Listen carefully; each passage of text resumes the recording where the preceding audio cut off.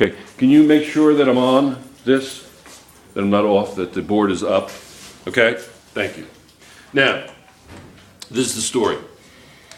I'm making two or three lengthy videos that go over all of these problems. I worked them out. Clear? Yes? Problem review 1.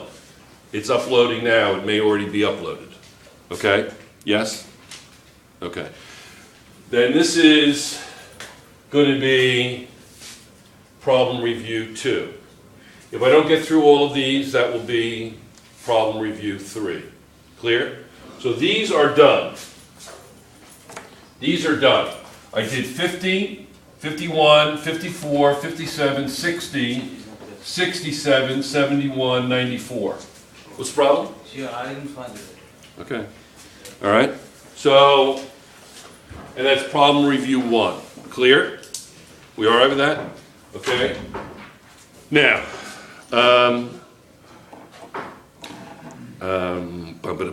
so let's get started. Now, we need a fact finder. Green, Michael, take out your computer and log on. I'm going to give you some hints here. Log on to the PowerPoint. If you go to Google Drive, okay, and you go to the chemistry folder on Google Drive, and on my Google Drive, and you look up the PowerPoint presentation that was actually converted into the film, the lecture on problems. Yes, on haiku there's 2 or 3 lectures for gases, right? Maybe 4, whatever. One of them is the main lecture, and one of them is all the problems are solved. Well, that lecture film where the problems are being solved was taken from a PowerPoint. Some of you may be getting a little tired of listening to my voice on PowerPoints, on movies. So what I did was I put the PowerPoint there with no animation, it's just slides, and you can toggle through that to review the answers. Every problem in the book is gone over on that PowerPoint presentation. Clear? Every one. Yes? You get it? Okay, now, just so that you know, all right, it's not a secret. Here are the problems, because the books are a little bit different of a sequence. Okay? So in the book, number 50 on the PowerPoint is number 42. 51 is 43, 54 is 46, 94 is 83, etc. So it's off by about anywhere between 8 and 11 problems. So if you're looking at that PowerPoint presentation, okay, 74 would be about 63, 62, okay? That's 12 behind. Yes, you see it? You understand? Yes? So if you're looking at the PowerPoint versus the book, you can make the connection. Clear? Okay?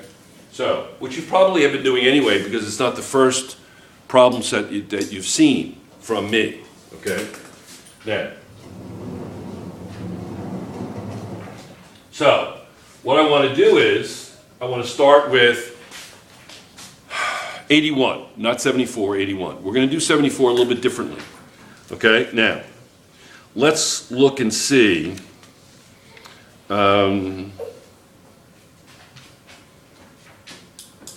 Let's look at problem 81.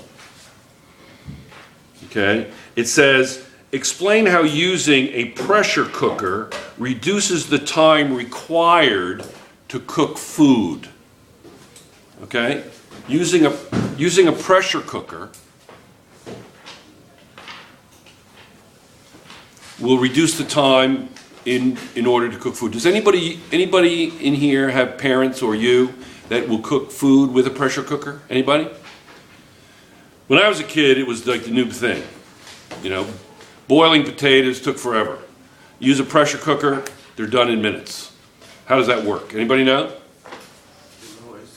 Lowers the boiling point.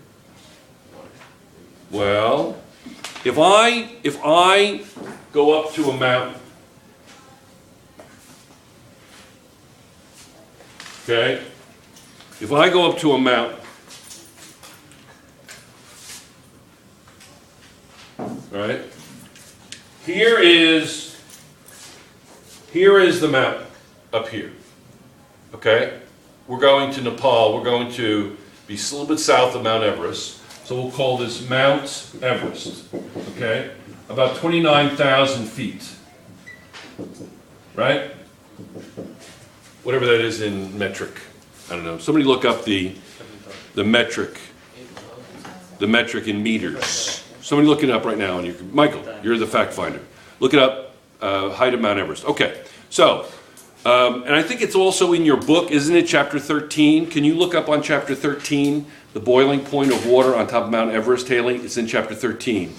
When they go over boiling. I remember we talked about that on one of the videos. Okay. So, is the pressure high or low on the top of Mount Everest? Low. It's low.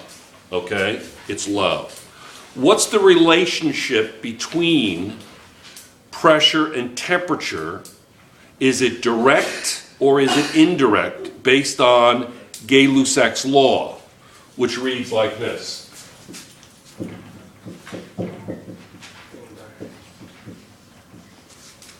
Is pressure and temperature direct or indirect?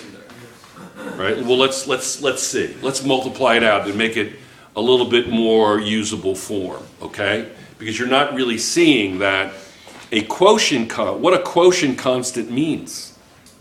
Okay? So isn't it over So 2t? sorry. Thank you. Nice assist. Okay, so if I say P1, no, let's not do that. Let's not do that. Let's not do that. Let's look at this. Y equals mx. Okay, is y equals mx, is that a direct or indirect relationship? What kind of line does that create? Let's put that on it. And let's say it's going through 0. So the y-intercept is 0. So it's like that. Am I on?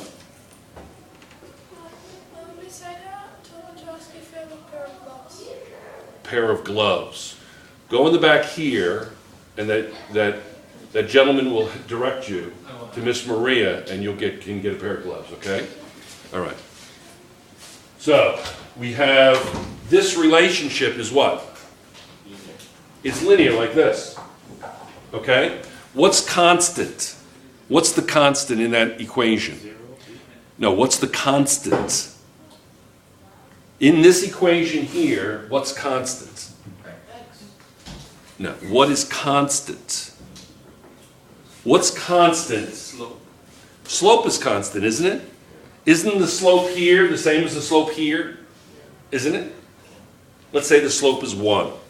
So isn't the slope 1 here and here and here and here and here? Did you get them?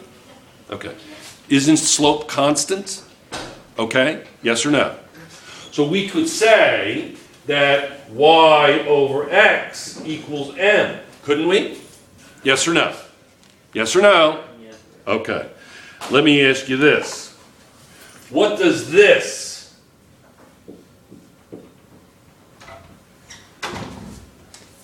let's say it's a slope.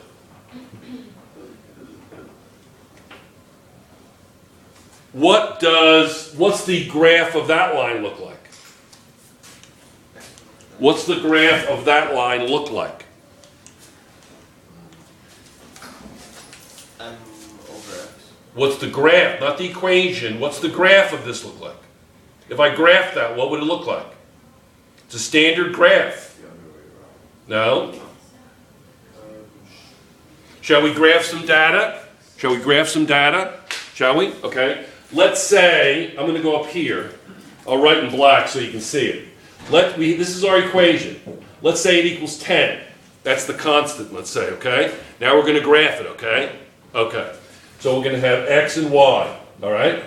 So let's put out some numbers, yes? Okay? We'll put in for x, we'll put 1, 2, 3, 4, 5. Okay? Yes? Okay. What is y going to be? If x is are those numbers, what's y going to be? Plug in.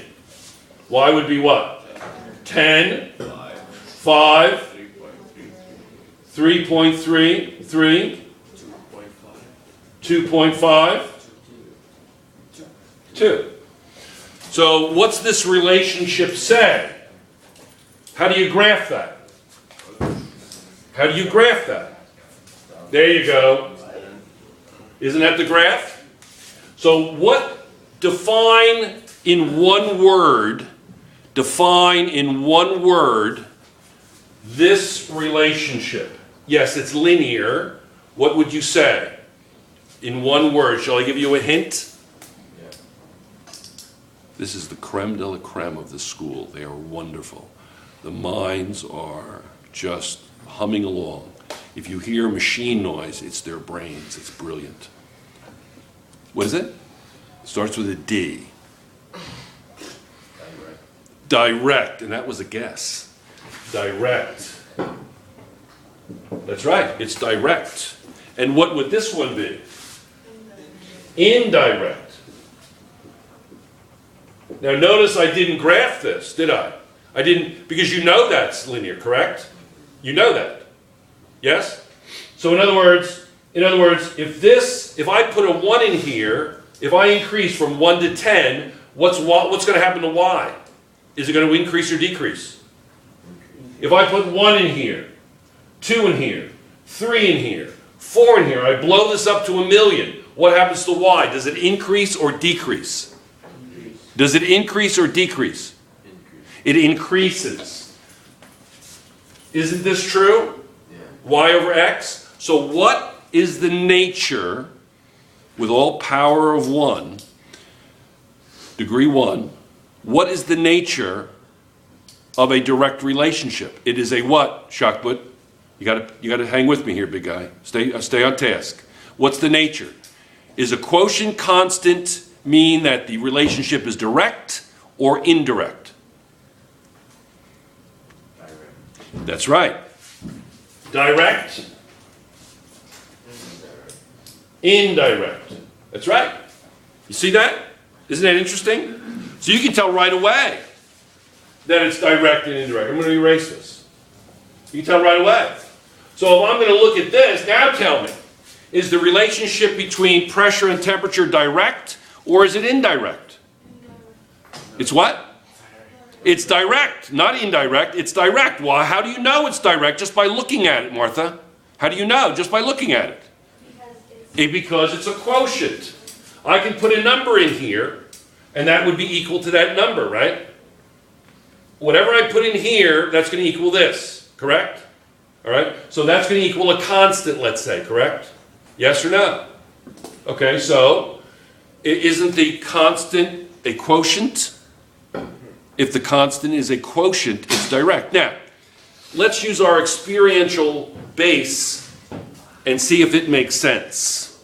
Okay, now, if I take a bunch of molecules like this, okay, and I increase the pressure, keeping the volume the same, I'm just increasing pressure on this, right? What's going to happen to the temperature? What's going to happen to the temperature if I increase the pressure? What's going to happen? It's going to decrease? It's going to increase. You know, let's not even talk about gases. You know, let's talk about making diamonds in the ground, making metamorphic rock. What does pressure do to you? Do to that rock? Intuitively, what does it do? What does it do? That pressure creates this chemical reaction that changes coal into diamonds over millions of years. It changes igneous rock, sedimentary rock, into metamorphic rock, doesn't it? Doesn't it? Yes or no? And how does it do that? It does that with heat. That pressure creates tremendous heat. Tremendous heat. Doesn't that make sense experientially? Doesn't it? Okay. Well, if I give you an equation and I say to you, here's the equation, I could do this way. I could give you an equation and I could allow you to use your knowledge of math to summarize the concepts. right? I'll give you that equation, and you're from another planet. You're from a planet whose physical laws are completely different from this planet's. You have pressure and temperature, but everything is all different, okay? And I give you an equation because on your planet, you guys really worship math. It's like the basis of your culture, okay? I give you this equation. What are you going to say about life on my planet? What are you going to say about the relationship between pressure and temperature? You're going to say it's direct because you're allowing the mathematical equation to summarize the concepts for you. That's all it does. What does this mean? What is that? It's a mathematical expression of a physical phenomena that takes it out of the box that says unknown phenomena and puts it in a box that says predictable. Because now I can predict cause and effect. I can predict input and output. I can predict behavior, can't I? I can put it into pressure and I can predict what the temperature is going to be, can't I? Yes or no? Yeah, right? But then I tell you, but you're from Earth.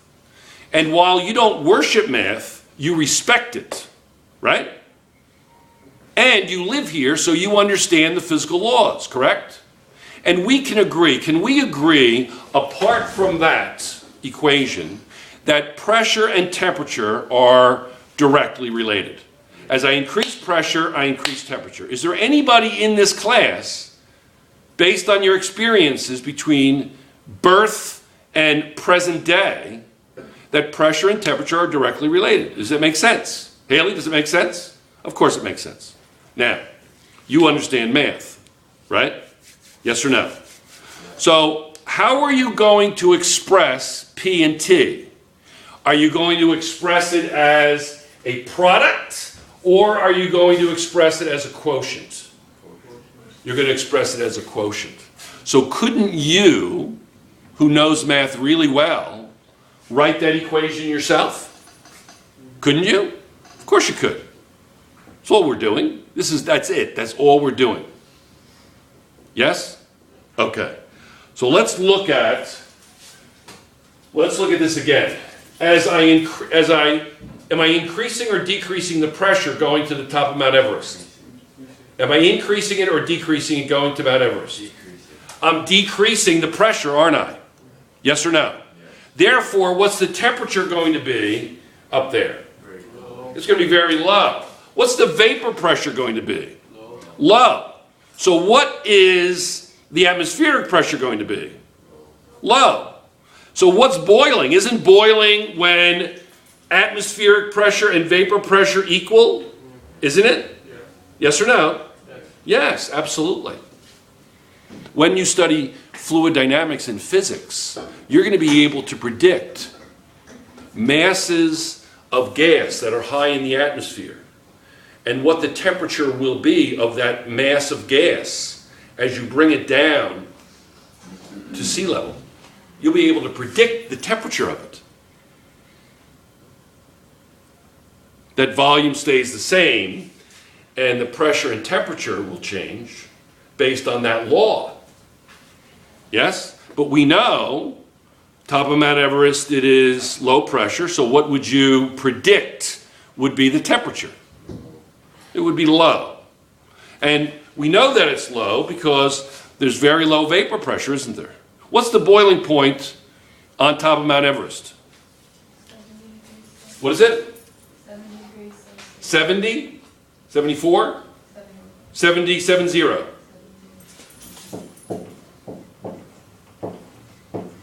Boiling point at Mount Everest. What is it at sea level? 100. So what would it be below sea level if you could boil it? If you could set up some apparatus below sea level, what would it be? 130. It would be greater than 100 degrees Celsius, correct? So you're increasing the pressure. What are you doing to the boiling point? What are you doing? What are you doing? Why is the boiling point increasing? Because the atmospheric pressure is increasing, isn't it? Yeah. The atmospheric pressure is increasing. Every 10 meters of water is one additional atmosphere, correct? So you're increasing the number of atmospheres. I increase the atmospheric pressure.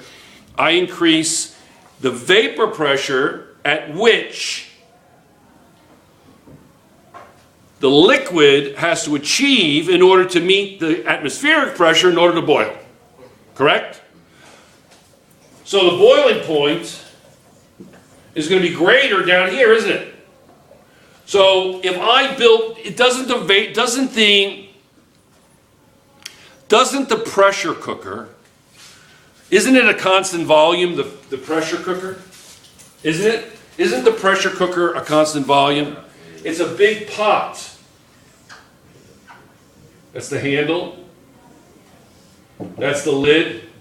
And you have the safety valve there. And you're putting the heat. What are you increasing? What are you increasing? You're keeping the volume the same, but you're manipulating temperature and pressure.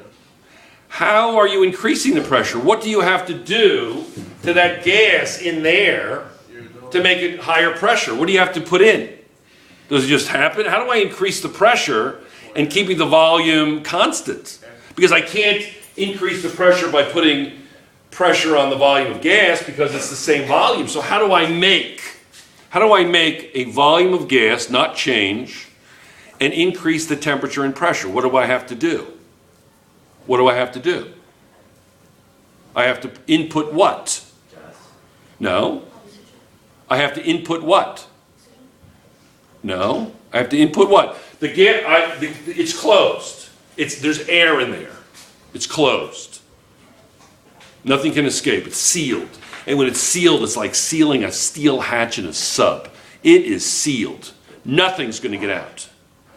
Okay?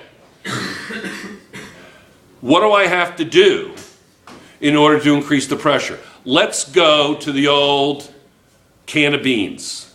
You put a can of beans on the stove. It's sealed, a sealed can of beans on the stove, and you turn on the flame. What happens to the pressure inside that fixed volume? What happens to the pressure? It increases. Why? Because of the heat. Because of the temperature, right? You get it? So what's the relationship between pressure and temperature? All of a sudden you get it? I didn't want to give you the example of the can of beans. I wanted you to figure it out. So I gave you a weird example like diamonds and coal, which you actually understood. Yes? I answered your question. I understand. I understand you may have answered it, but I didn't hear you. I wasn't trying to annoy you. I apologize. I didn't hear it. Okay? You're right on task. Excellent. Does everybody get it? Okay? You get it? So, if I increase the pressure in there, what pressure is increasing? Aren't I increasing the pressure by inputting kinetic energy? I'm inputting kinetic energy? Yeah. Aren't I? Yeah. So the pressure is getting higher, isn't it? Yeah. What is the pressure that's getting higher? We're going to put the pressure in quotes. What's the atmosphere like in here? You're living in here. What's the atmosphere like? Is it high pressure or low pressure? It's very high pressure, isn't it? It might be 5 or 6 atmospheres, right?